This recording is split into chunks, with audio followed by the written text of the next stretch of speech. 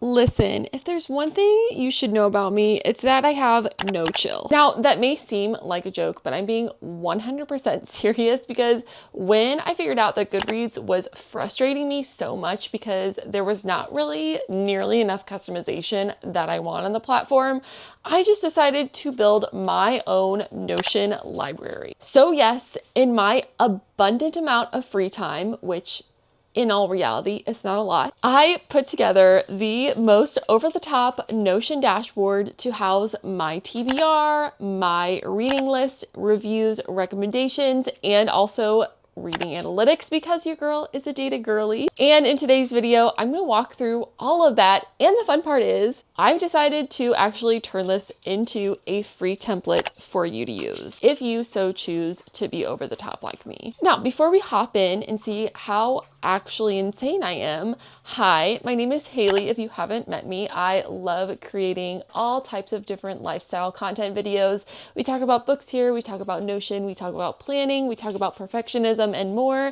And I would love to have you follow along and subscribe and be a part of this community because we just try to enjoy ourselves and not take ourselves too seriously. This Notion dashboard was born of my boredom, frustration with book review applications, and wanting to build something more. Now, I do love things like Goodreads. I also use Fable because it provides more of that social element where I can see what my friends are reading, recommending, etc., and I can do the same.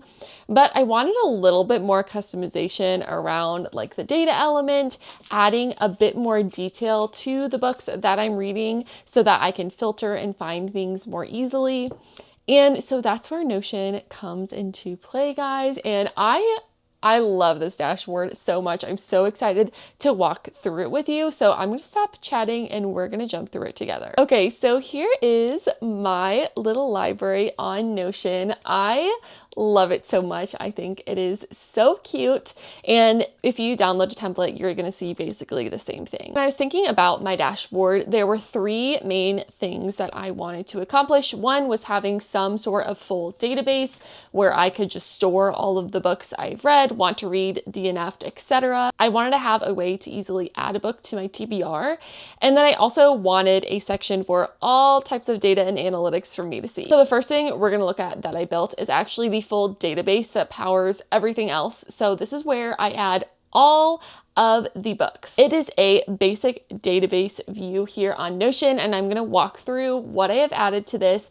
If you download the template, there are a few of the sections that I ask you not to change just because they will break the analytics, but you can always remove some of these columns if they're not really useful to you or add your own. But of course, we have the title and author of the books. I also have a column for the book number, so I can see if it's a standalone, I put 0, or I put the number of the book in the series. The next column is my when to read column. So this is kind of dual purpose. The first is helping me plan out my TBR. If there is a book, especially a book in a series that I know is coming out at some point, I generally will put the month that it's coming out just so I can plan ahead and know that book is coming out.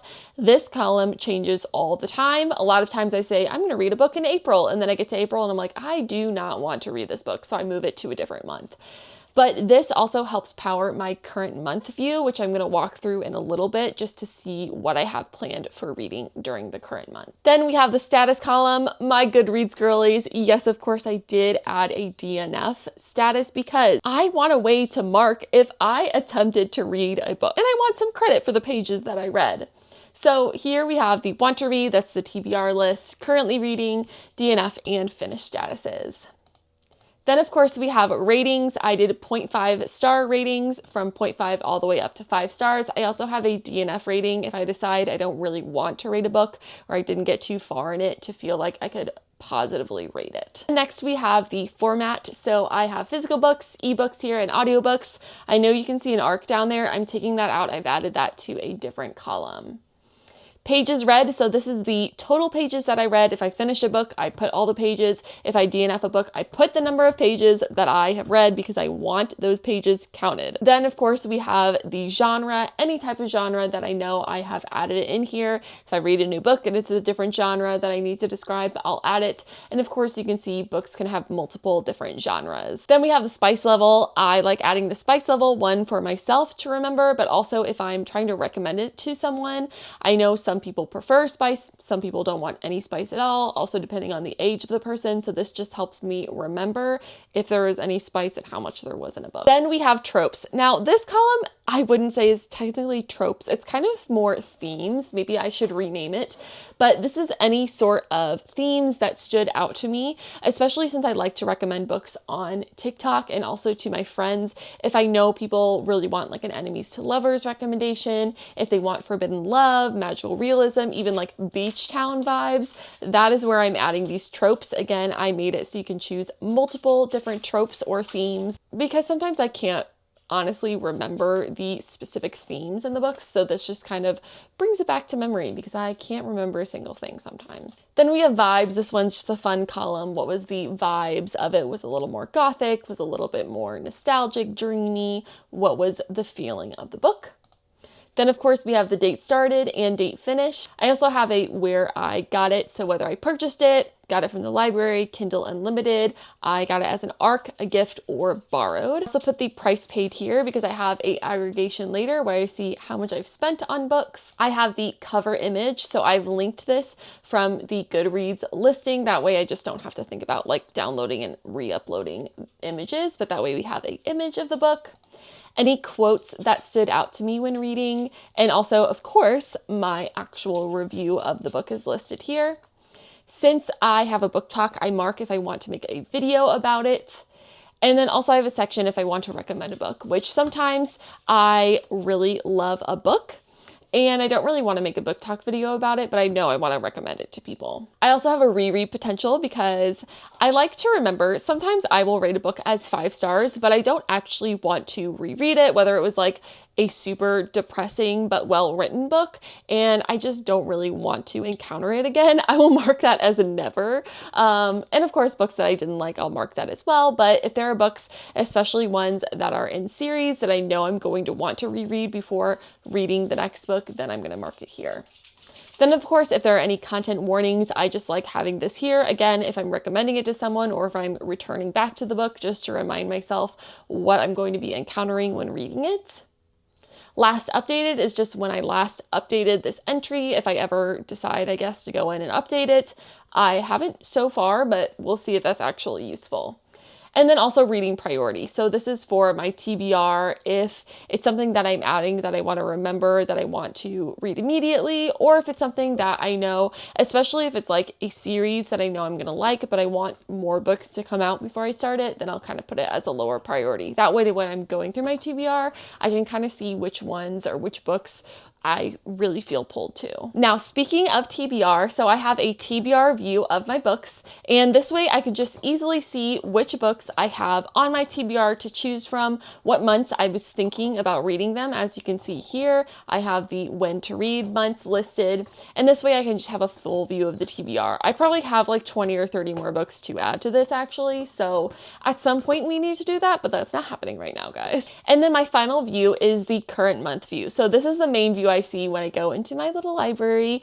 And here I have 3 columns. The first is want to read. So any books on my TBR for the month would be listed here. I have not, unfortunately, added my whole TBR at the time of this video. So at some point there would be, hopefully at the start of the month, all of the books that I am planning to read or that are on my TBR for the month would be listed in this column. Then any books I attempted to read but DNF'd in the month are listed. And of course, books that I finished along with their rating are listed here. Now, speaking of TBR, so I mentioned I wanted an easy way to add a book to my TBR because I cannot tell you, I have a album in my iPhone with over 100 pictures or screenshots of TikTok videos of people recommending books that I want to add to my TBR. Actually, that is kind of terrifying. I need to go in and actually like think about if I want to add them to my TBR. But besides that point, I was like, I need a really, really simple way on my phone and on my like desktop where I can easily add a book to my TBR without even thinking about it.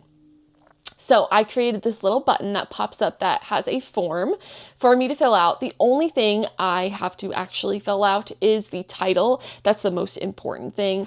If I see the author, I want to throw it in there. If I want to put the reading priority.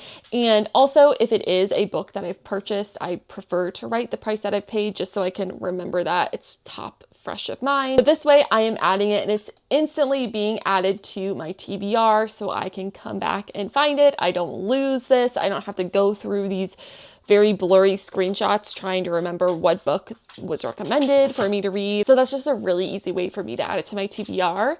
And I'll also pop up the little iPhone view. You can see here, it is like the main section that you first see on the page. And I wanted to make it that way so then I could just like click open my app, make a shortcut even, click open the shortcut and click add to TBR and add it immediately. Okay, so we went through all of the boring database stuff. So now we're gonna get into the fun analytics because I'm a data girly, like I said. So I have two different analytics databases. The first is a yearly one. So this one is for every single year I will create a new entry. Of course, I only have one because I just started doing this. And then I have total reading insights. So my eventual goal with this is to see my reading insights over the years and just basically what my trends are. Okay, so zooming in, of course, we have how many books I've read, how many books I've DNF'd, and then also my reading goal listed very clearly for the year. Next, I have how many 5-star reads I have read. I sadly have not read any, but we're not even through January. So that number is going to rise, I guarantee. My next section, which is one that really intrigues me, is my current pace per month. Now, I am a competitive girly in my mind, and I'm always trying to beat my own pace. So seeing this 5.8 is driving me crazy because I wanted to read at least 8 books in January. Doesn't really matter. No. Is it an arbitrary number that I made up? Absolutely. But this is really interesting to me just to kind of see like, what is my current pace of reading at this time? And then lastly, I just have like my longest versus shortest reads for the month. Now I'm going to be adding to this, I think, all the time, guys. So you might even download it and there might be some new analytics in there. So anyways, jumping into my total reading insights. Of course, I have my total books read, DNF'd, total 5-star reads. I also added this new one, which I think I was planning on adding this to my, which actually I think I forgot. Let me add this. Perfect. So I actually have a standalone versus in a series for both my yearly as well as my total reading insights. So this is how many books that I've read that are complete standalones versus how many books are in a series, which I think is really interesting to me. I love both and I have different reasons for both. So again, just another interesting data point to see. Then I have total pages read.